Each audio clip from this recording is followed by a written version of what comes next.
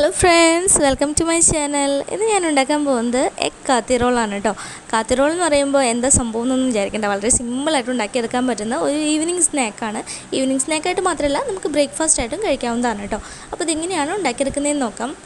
നല്ല ടേസ്റ്റിയാണ്. നമ്മുടെ വീട്ടിലൊക്കെ ചപ്പാത്തിയോ അല്ലെങ്കിൽ പൊറോട്ടയൊക്കെ ഉള്ള സമയത്ത് ഉണ്ടാക്കിയെടുക്കാൻ പറ്റുന്ന ഒന്നാണ് കേട്ടോ ഇത്.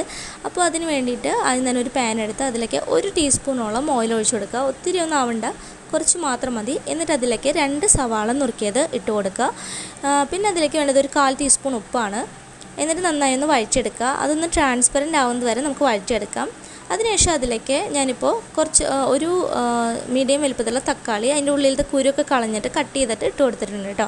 എന്നിട്ട് അത് രണ്ടും ഒന്നുകൂടി ഒന്ന് വഴറ്റിയെടുത്തതിന് ശേഷം നമുക്ക് തീ ഓഫ് ചെയ്ത് വെക്കാം. അപ്പോൾ ഈ ഒരു സമയത്ത് നമുക്ക് ക്യാപ്സിക്കൊക്കെ ആഡ് ചെയ്യണമെങ്കിൽ ആഡ് ചെയ്ത് കൊടുക്കാം. ഞാനിപ്പോൾ അതൊന്നും ആഡ് ചെയ്തിട്ടില്ല. ഇനി അതവിടെ ഇരിക്കട്ടെ. അതിനുശേഷം 2 മുട്ട ഒരു ബൗളിലേക്ക് പൊട്ടിച്ച് വെച്ചിട്ടുണ്ട്. പിന്നെ ഒരു 1/4 ടീസ്പൂൺ ഉപ്പും കൂടിയിട്ട് നന്നായി ഒന്ന് ബീറ്റ് ചെയ്തെടുക്കുന്നുണ്ട് കേട്ടോ. എരിവൊക്കെ വേണമെന്നുണ്ടെങ്കിൽ കുറച്ച് കുരുമുളക് പൊടി കൂടി ചേർത്ത് കൊടുക്കാം. അതിനുശേഷം നമ്മൾ ആദ്യം സവാള വഴറ്റിയെടുത്തിട്ടുള്ള പാനിലോട്ട് പകുതി മാത്രം നമ്മൾ മുട്ട ബീറ്റ് ചെയ്ത് ഒഴിച്ചു കൊടുക്കുകയാണ്. എന്നിട്ടൊന്ന് ചുറ്റിച്ചതിന് ശേഷം ലോ ഫ്ലെയിമിലിട്ടിട്ട് ജസ്റ്റ് ഒന്ന് കുക്ക് ചെയ്യുക. എന്നിട്ട് അതിന് മുകളിലേക്ക് ചപ്പാത്തി ആണോ നിങ്ങളുടെ കയ്യിലുണ്ടെങ്കിൽ, അല്ലെങ്കിൽ പൊറോട്ടയാണോ, ചപ്പാത്തി ആയാലും പൊറോട്ട ആയാലും കുഴപ്പമില്ല, അത് വെച്ച് കൊടുക്കുക. ഞാനിപ്പോൾ പൊറോട്ടയാണ് എടുത്തിട്ടുള്ളത്. അതിന് മുകളിൽ വെച്ചിട്ട് ഒന്ന് പ്രസ് ചെയ്തിട്ട് ജസ്റ്റ് നമ്മുടെ മുട്ട ഒന്ന് പാകമാവുന്നത് വരെ ഒന്ന് കുക്ക് ചെയ്തെടുക്കുക. മീഡിയം ഫ്ലെയിമിലിട്ട് കുക്ക് ചെയ്തെടുത്താൽ മതി.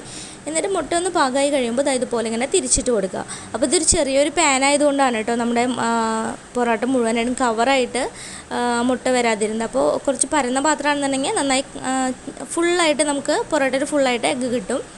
അങ്ങനെ നമ്മുടെ പൊറോട്ടയിൽ മുട്ട നല്ലതുപോലെ സെറ്റായി വന്നിട്ടുണ്ട്. അതുപോലെ ഞാൻ 2 എണ്ണം റെഡിയാക്കി വെച്ചിട്ടുണ്ട് കേട്ടോ. ഇനി നമുക്ക് ഹോം മെയ്ഡായിട്ട് ഉണ്ടാക്കിയെടുത്തിട്ടുള്ള മയോണൈസാണിത്. അപ്പോൾ ഹോം മെയ്ഡായിട്ട് മയോണൈസ് എങ്ങനെ ഉണ്ടാക്കുക എന്നുള്ളതിൻ്റെ വീഡിയോ ഞാൻ മുമ്പ് ഇട്ടിട്ടുണ്ടായിരുന്നു. അത് കാണാത്തവരുണ്ടെങ്കിൽ അതിൻ്റെ ലിങ്ക് ഞാൻ ഡിസ്ക്രിപ്ഷൻ ബോക്സിൽ കൊടുക്കാം. അപ്പോൾ മയോണൈസ് അതിൻ്റെ സെൻറ്ററിൽ നമുക്ക് ആവശ്യത്തിന് പുരട്ടി കൊടുക്കാം. ഇനി അതിലേക്ക് നമ്മൾ ആദ്യം വഴറ്റി വെച്ചിട്ടുള്ള സവാളയും തക്കാളിയും ഇതുപോലെ ഇങ്ങനെ ഇട്ട് കൊടുക്കുക. അപ്പം ക്യാരറ്റും ക്യാപ്സിക്കൊക്കെ ഓരോരുത്തരുടെ ഇഷ്ടത്തിനനുസരിച്ചിട്ട് ആഡ് ചെയ്ത് കൊടുക്കാവുന്നതാണ്. അതുപോലെ കുക്കുംബറൊക്കെ ഞാനിപ്പോൾ അതൊന്നും ആഡ് ചെയ്തിട്ടില്ല.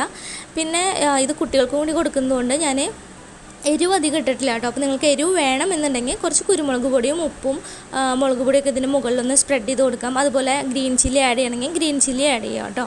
എന്നിട്ട് ഇതുപോലെ ഒന്ന് റോൾ ചെയ്തതിന് ശേഷം ഒരു ബട്ടർ പേപ്പർ വെച്ചിട്ട് അതിൻ്റെ താഴ്ഭാഗം ഇതുപോലെ ഒന്ന് റോൾ ചെയ്ത് കവർ ചെയ്തിട്ട് അതിൻ്റെ അടിഭാഗം ഒന്ന് ഉള്ളിലോട്ട് തിരികെ വെച്ച് കഴിഞ്ഞിട്ടുണ്ടെങ്കിൽ സുഖമായിട്ട് പിടിച്ച് കഴിക്കാൻ പറ്റും. നല്ല ടേസ്റ്റാണ് ഇത് കഴിക്കാനായിട്ട്. പിന്നെ ഇതിങ്ങനെ റോൾ ചെയ്ത് കൊടുക്കുന്നത് താഴേക്കൊന്നും വീണ് പോവാതിരിക്കാനൊക്കെയാണ്. അപ്പോൾ സുഖമായിട്ട് നമുക്ക് ആ ഒരു കവറിങ്ങോട് കൂടിയിട്ട് പിടിച്ച് കഴിക്കുകയാണെങ്കിൽ നല്ല സുഖമായിട്ട് കഴിക്കാൻ പറ്റും. അപ്പോൾ നിങ്ങൾ ട്രൈ ചെയ്ത് നോക്കുക. വളരെ എളുപ്പത്തിൽ ഉണ്ടാക്കിയെടുക്കാൻ പറ്റുന്ന ഈ ഒരു സ്നാക്ക് എന്നും ഉണ്ടാക്കി കഴിക്കാനല്ല കേട്ടോ, വല്ലപ്പോഴും നമുക്ക് ചപ്പാത്തിയും പൊറോട്ടയൊക്കെ വീട്ടിലുള്ള സമയത്ത് ഉണ്ടാക്കിയെടുക്കാൻ നല്ല ഒരു റെസിപ്പിയാണ്.